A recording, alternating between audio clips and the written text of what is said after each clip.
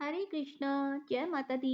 आज दिनांक है 4 फरवरी मंगलवार और आज माघ मास के शुक्ल पक्ष की सप्तमी तिथि है। और सप्तमी तिथि आज यानी 4 फरवरी मंगलवार को सुबह 4:38 से शुरू हुई है, जिसकी समाप्ति आज ही मध्य रात्रि में 2:30 पर हो जाएगी। इसके बाद में अष्टमी तिथि प्रारंभ होगी। सप्ततिथि के दिन महाविद्या माँ धूमावती की पूजा तांत्रिक सिद्धि के लिए की जाती है। देवी पार्वती जी की पूजा हर सुहागिन स्त्री अपने सुहाग की रक्षा और सौभाग्य की वृद्धि के लिए करती है। लेकिन देवी पार्वती का ही एक ऐसा स्वरूप है जिसकी पूजा करने से सुहागिन स्त्रियां डरती है। इसकी एक बड़ी भयंकर वजह है।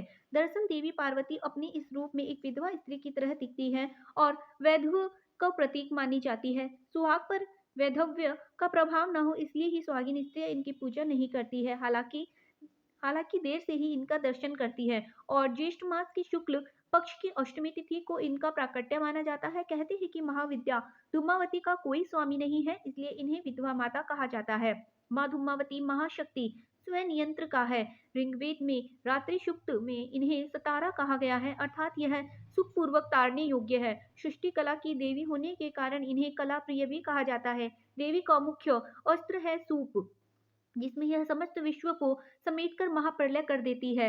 इन्हें अभाव और संकट को दूर करने वाली महाविद्या कहा गया है। महाविद्या धूमावती की साधना करने से पहले कुछ जरूरी नियमों को जान लेना चाहिए, जिससे कि सुहागिन महिलाओं को इनकी पूजा नहीं करनी चाहिए। जो भी महिलाएं गुप्त नवरात्रि के व्रत रख रही है, उन्हें आज के दिन इनका केवल मन से ध्यान कर महाविद्या से क्षमा प्रार्थना कर लेनी चाहिए और घर में सुख शांति की कामना करनी चाहिए। इनकी पूजा गोधूली बेला में करने से बहुत जल्दी मनोकामना पूर्ण होती है। तो गोधूली बेला आज शाम 7:09 से तथा 7:31 तक रहेगी। महाविद्या धूमावती के प्राकट्य में दो कथाएं प्रचलित है। पहली कथा के अनुसार जब देवी सती ने पिता के यज्ञ में स्वेच्छा से स्वयं को जलाकर भस्म कर दिया था, तो उनके जलते हुए शरीर से जो धुआं निकला था, उससे महाविद्या धूमावती का जन्म हुआ। इसलिए वे हमेशा उदास रहती है, यानी कि महाविद्या धूमावती धुएं के रूप में देवी सती का भौतिक स्वरूप है। देवी सती का जो कुछ बचा रह गया वह उदास धुआं। दूसरी कथा के अनुसार कहा जाता है, एक बार देवी पार्वती को बहुत तेज भूख लगी थी। कुछ नहीं मिलने पर उन्होंने भगवान शिव से भोजन की मांग की। भगवान शिव कुछ समय के लिए उनसे इंतजार करने के लिए कहते हैं, परंतु माता पार्वती को भूख बहुत तेज बढ़ गई थी। अंत में भूख में व्याकुल माता पार्वती ने भगवान शिव को ही निगल लिया। भगवान शिव को निगलने के पश्चात माता की देह से धुआं निकलने लगा।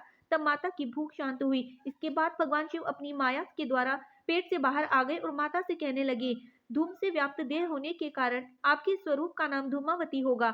यह भी कहा जाता है कि भगवान शिव ने उनसे अनुरोध किया था कि मुझे बाहर निकालो, तब उन्होंने उगल कर उन्हें बाहर निकाल दिया था। उसके बाद भगवान शिव ने उन्हें शाप दिया कि आज और अभी से तुम विधवा रूप में रहोगी। यह भी कहा जाता है कि जैसे ही देवी पार्वती भगवान शिव को निकल लेती है, उनका स्वरूप एक विधवा जैसा हो जाता है। इसके अलावा भगवान शिव के गले में मौजूद विष के असर से देवी पार्वती का पूरा शरीर धुएं जैसा हो गया था। इसकी पूरी काया श्रृंगार विहीन हो गया। तब भगवान शिव ने उन्होंने अपनी माया से देवी पार्वती को कहा कि आप मुझे निकलने के कारण अब विधवा हो गई है, जिसके कारण से आपका एक नाम धूमावती भी होगा। महाविद्या धूमावती का वास्तविक रूप धुएं जैसा है। शारीरिक स्वरूप से देवी कुरूप, उबड़ खाबड़ या बेढंगी है। विचलित स्वभाव वाली, लंबे कद की, 3 नेत्रों से युक्त तथा सफेद वस्त्र धारण करती है। देवी खुले बालों से युक्त एक वृद्ध विधवा का रूप धारण किए हुए हैं। अपनी बाई भुजा में देवी ने सूप और दाई भुजा में मानव खोपड़ी से निर्मित खप्पर धारण कर रखा है। कहीं कहीं वे आशीर्वाद भी प्रदान कर रही हैं। देवी का स्वभाव अत्यंत अशिष्ट और देवी सदा अतृप्त तथा भूख प्यासी रहती है। देवी काले वर्ण की है और तथा उन्होंने सर्प को रुद्राक्ष का और उनके आभूषण स्वरूप धारण कर रखा है। महाविद्या धूमावती भूमि में मृत शरीर से निसंग श्वेत वस्त्रों को धारण करती है तथा शमशान भूमि में ही निवास करती है। देवी धूमावती समाज से बहिष्कृत है। देवी कौओं द्वारा खींचते हुए रथ पर आरूढ़ रहती है। देवी का संबंध पूर्णतः श्वेत वस्तुओं से ही है तथा लाल वर्ण से संबंधित वस्तुओं का पूर्णतः त्याग करती है। महाविद्या धूमावती की पूजा किसी भी प्रकार की विपत्ति से छुटकारा पाने, रोग नाश करने और युद्धों में विजय प्राप्त करने के लिए की जाती है। वहीं इनकी पूजा करने से मनुष्य के संकट भी दूर हो जाते हैं। अगर किसी भी चीज का अभाव हो तो वह भी अभाव महाविद्या धूमावती की कृपा से दूर हो जाता है। महाविद्या धूमावती की साधना करने के बाद बची हुई सभी पूजन सामग्रियों को आप उसी दिन शाम की पूजा करने के बाद विसर्जित कर दें। महाविद्या को अपने जो भी भोग अर्पित किया है वह किसी मौसमी फल, मिठाई, बताशे या फिर मिश्री उसी भी आप भी गोमाता को खिला दें। बची हुई जो भी पूजन सामग्री है जैसे पुष्प, अक्षत आदि, उनका विसर्जन आप बहते हुए जल में कर सकते हैं या पीपल के नीचे गड्ढा खोदकर दबा दे दीजिए। यह थी महाविद्या धूमावती की कथा।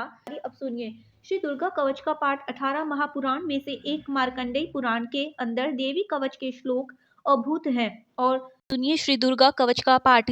देवी कवच को भगवान ब्रह्मा जी ने ऋषि मार्कंडेय या महर्षि मार्कंडेय ब्रह्मा जी से बोले, हे पितामह, संसार में जो गुप्त है और जो मनुष्य की सब प्रकार की रक्षा करता हो और जो आप में किसी और को भी आज तक बताया ना हो, वह कवच मुझे बताइए।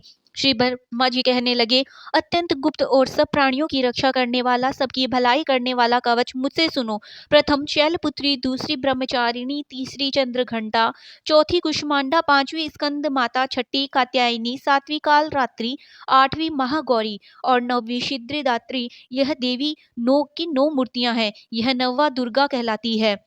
आग में जलता हुआ, रण में शत्रु से घिरा हुआ, विषम संकट में फंसा हुआ मनुष्य अगर देवी दुर्गा के नामों का स्मरण करे तो उसके कभी भी हानि नहीं हो सकती। रण में उसके लिए कुछ भी आपत्ति नहीं होती और ना उसे किसी प्रकार का कोई दुख या डर होता है। देवी जिनकी श्रद्धा पूर्वक तुम्हारा स्मरण किया है, उनकी वृद्धि होती है। जो तुम्हारा चिंतन करते हैं, उनकी तुम निसंदेह रक्षा करने वाली हो। चामुंडा प्रेत पर, वाराही भैंसों पर, रौद्री हाथी पर, वैष्णवी गरुड़ पर अपना आसन जमाती है।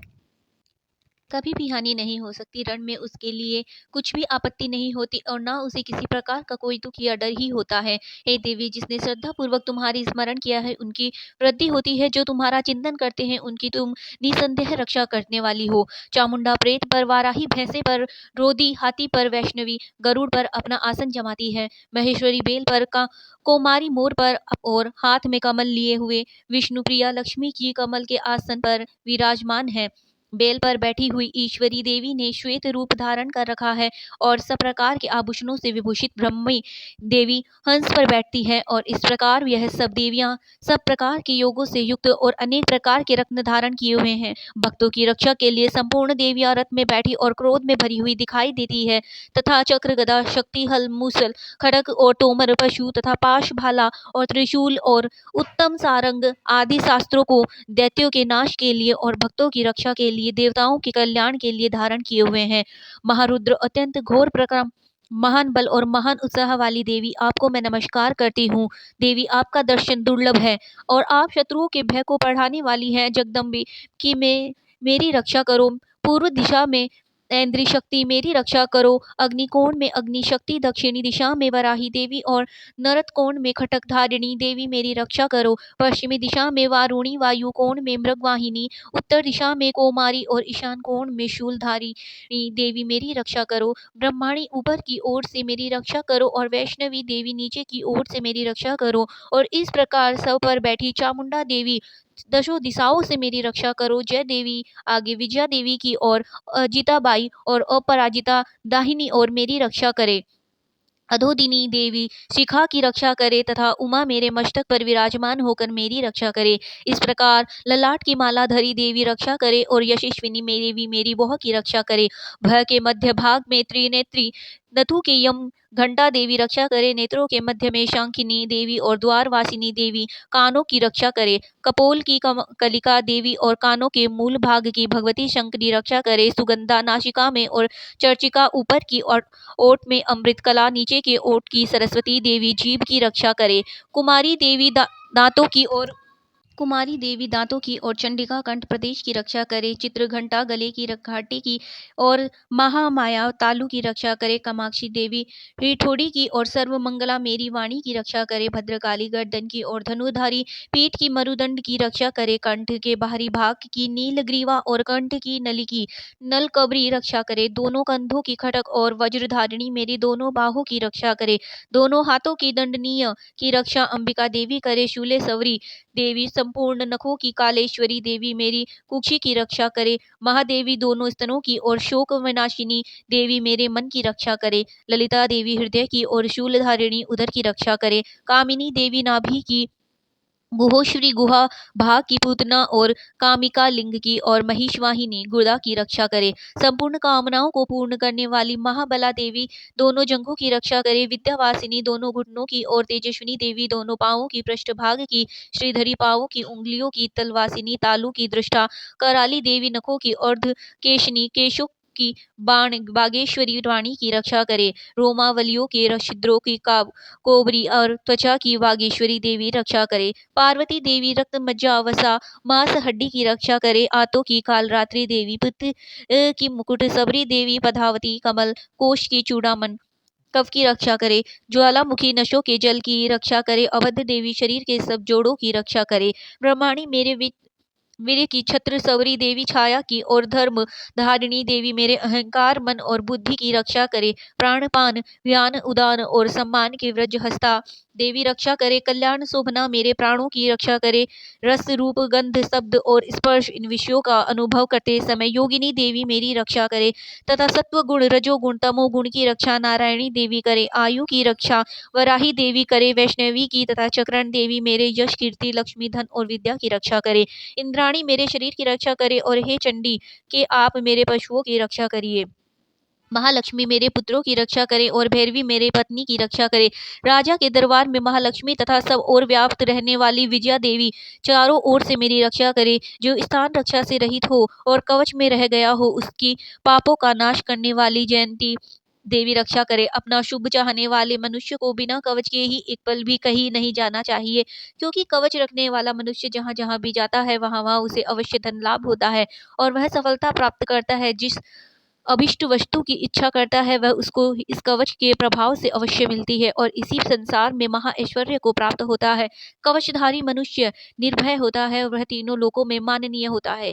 देवी का यह कवच देवताओं के लिए भी अत्यंत दुर्लभ है और प्रतिदिन नियम पूर्वक तीनों संध्या हो के समय श्रद्धा के साथ इसका पाठ करते हैं उसे देव शक्ति प्राप्त होती है। यह तीनों लोगों को जीत सकता है और अकाल मृत्यु से रहित होकर 100 वर्षों तक जीवित रहता है। उसकी तो लता चर्म रोग विस्फोटक आदि समस्या व्याधियों समूल नष्ट हो जाती है और स्थावर जंगम तथा कृत्रिम विष दूर होकर उनका कोई असर नहीं होता है और समस्त अभिचार प्रयोग और इस तरह के जितने यंत्र मंत्र इत्यादि होते हैं इस कवच के हृदय में धारण करने पर नष्ट हो जाते हैं। इसके अलावा पृथ्वी पर विचर वाले भूचर नवचर जलचर प्राणी उपदेश मात्र के सिद्ध होने वाले निम्न कोटि के देवता अपने जन्म के साथ प्रकट होने वाले देवता कुल देवता माता आदि डाकिनी शाकिनी अंतरिक्ष में विचर वाली अत्यंत बलवती भयानक डाकिया ग्रह भूत विशाच यक्ष गंधर्व राक्षस ब्रह्मा राक्षस वेताल कुष्मांड और भैरव आदि अनिष्टकारक देवता भी उन मनुष्य को जितने की अपने हृदय में की यह कवच धारण किया हुआ है देखते ही भाग जाते हैं। इस कवच के धारण करने से मन और तेज बढ़ता है। जो मनुष्य इस कवच का पाठ करके सप्तसती चंडी का पाठ करते हैं उसका यश जगत में विख्यात होता है और जब तक वन पर्वत और कानन और इस भूमंडल पर हैं तब तक यहाँ पुत्र पौत्र और संतान परंपरा बनी रहती है। फिर देहांत होने पर ऐसा मनुष्य परम पद को प्राप्त होता है जो देवताओं के लिए भी दुर्लभ है और अंत में सुंदर रूप धारण करके भगवान शंकर के साथ आनंद करता है परम मोक्ष की प्राप्त होता है। श्री दुर्गा कवच पाठ समाप्त। प्रेम से बोलिए जय माता दी और कमेंट बॉक्स में एक बार जय माता दी का जयकारा लगा दीजिए। अगर आपको इस वीडियो में दी गई जानकारी और कथा अच्छी लगी तो वीडियो को लाइक और सब्सक्राइब अवश्य करें। धन्यवाद।